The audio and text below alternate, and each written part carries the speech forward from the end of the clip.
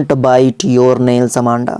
Amanda के माता पिता कह रहे हैं कि बचवा मत काटो योर नेल्स, अपने नाखूनों को। अमांडा, उसके माता पिता क्या कह रहे हैं? अमांडा अपने नाखूनों को मत काटो। Don't hunch your shoulder Amanda, और अपने कंधों को मत झुकाओ। हंच मतलब झुकाना होता है। स्टॉप दैट स्लॉचिंग, और सुस्त दिखना बंद करो। स्लॉचिंग मतलब सुस्त दिखना। एंड सिट अप स्ट्रेट, और सीधे बैठ जाओ।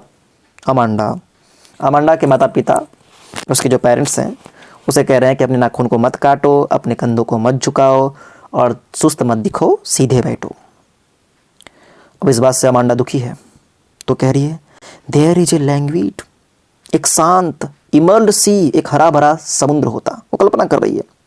वेयर द सोल इनहेबिटेंट, जहां पर एकमात्र निवासी इज मी, मैं होती।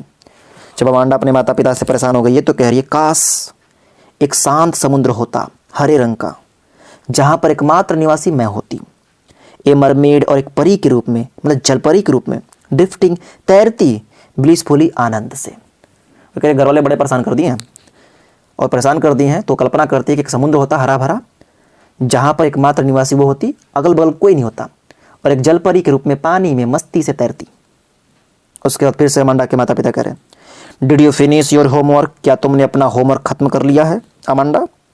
Did you tidy your room, क्या तुमने अपने रूम को साफ कर दिया है अमांडा? थॉट, मैं सोचती हूँ या सोचता हूँ। उसके माता पिता कह रहे हैं आई टोल्ड यू, मैंने तुम्हें बताया था, टू क्लीन, साफ करना है, योर शूज, क्योंकि तुम अपने शूज यानी जूते को साफ कर लो अमांडा। अमांडा मतलब उसके माता पिता कह रहे हैं कि हम सोचते हैं कि तुम्हें अपने जूते को साफ कर लेना चाहिए। अब इस बात से अमांडा को और तकलीफ होती है, और तकलीफ होती है तो क्या कहती है? आई एम ऑर्फेन, काश मैं अनाथ होती। रोमिंग द स्ट्रीट, गलियों में घूमती।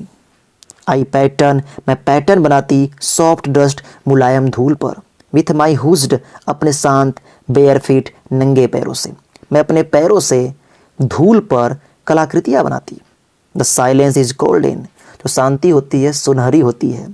द फ्रीडम इज स्वीट, जो आज़ादी है मधुर होती है। डोंट ईट दैट चॉकलेट, उस चॉकलेट को मत खाओ अमांडा। रिमेंबर योर एक्ने, अपने मुहासे को याद करो, पिंपल को याद करो, वो उग जाते हैं Amanda. Will you please look at me, क्या तुम मेरी तरफ ध्यान दोगी? जब बच्चे माता पिता को ध्यान नहीं देते हैं तो माता पिता उसको कहते हैं मेरी तरफ देखो। मेरे पापा तो मेरा बाल पकड़ के मुझे उठा कर कहते थे मेरे तरफ देखो। When I am speaking to you, जब मैं तुमसे बात कर रही हूँ, क्या will you please look at me, क्या तुम मेरी तरफ कृपया देखोगी?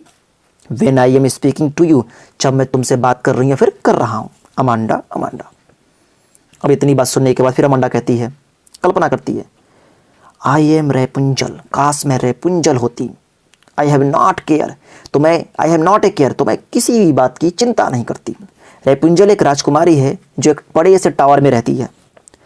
लाइफ इन ए टावर, और मेरी जिंदगी कहाँ होती है? एक टावर में होती। इज ट्रैंक्यूल, शांत होती, एंड रेयर, दुर्लभ होती। कह रहे काश मैं रेपुंजल नामक राजकुमारी होती तो मेरी जिंदगी क्या होती? टावर में बीतती, एक शांति बीतती, और मेरी जिंदगी क्या होती? दुर्लभ होती, रेयर यानी दुर्लभ होती। आई विल सर्टेनली नेवर, मैं निश्चित तौर पे, नेवर कभी भी नहीं, लेट डाउन नहीं लटकाती, माई ब्राइट हेयर, मैं अपने चमकीले बालों को नीचे नहीं लटकाती। मैं यानी रेपुंजल नाम की जो राजकुमारी होती है वो एक टावर में रहती है और उसके बड़े लंबे बाल होते हैं। जब भी अपने बालों को नीचे लटकाती है लोग उसके बालों को पकड़कर ऊपर चढ़ जाते हैं। तो कह रही है मैं रेपुंजल तो होती पर अपने बालों को नीचे नहीं लटकाती, और जब बाल लटकाऊंगी नहीं तो कोई मेरे बालों को पकड़कर ऊपर आएगा नहीं, और मस्ती से अपनी जिंदगी गुजरती। अब इतनी कल्पना करती है, फिर से उसके माता पिता कहते हैं stop that sulking at once, stop, बंद करो, दैट सल्किंग, दुखी रहना, एट वंस, तुरंत।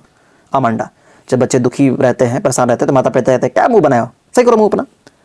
You are always so moody, तुम हमेशा उदास रहती हो। अमांडा, एनीवन वुड थिंक, कोई क्या सोचेगा, दैट की आई नेग्ड एट यू, मैं तुम्हें परेशान करती हूं। अमांडा, पोयम हमारी समाप्त हो गई। इस पोयम के माध्यम से ये बताया गया है कि बच्चे किस तरह से अपने माता पिता के आदेशों से परेशान होते हैं, और जब परेशान होते हैं तो तरह तरह की कल्पनाएं करते हैं। हम भी बचपन में खूब परेशान होते थे, पर बात सही है कि माता पिता के आदेश और उनकी बातें हमारी ज़िंदगी में बड़ा काम आती है। हाँ, कभी कभी बहुत ज़्यादा परेशान कर देती है, आज भी परेशान कर देती है, लेकिन फिर भी वो काम आती रहती है।